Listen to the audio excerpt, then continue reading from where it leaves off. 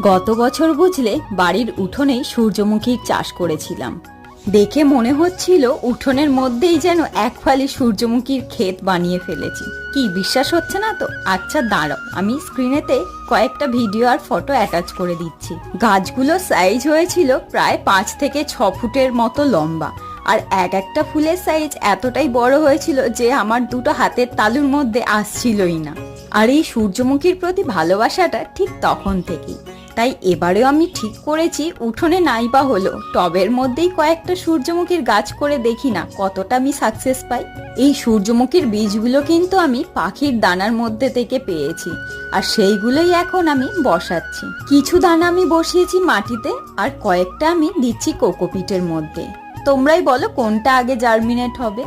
চলো আজকের ভিডিওটা এখান পর্যন্তই। ভালো লেগে থাকলে চ্যানেলটা অবশ্যই সাবস্ক্রাইব করে পাশে থেকো। দেখা হবে পরের ভিডিও। টাটা।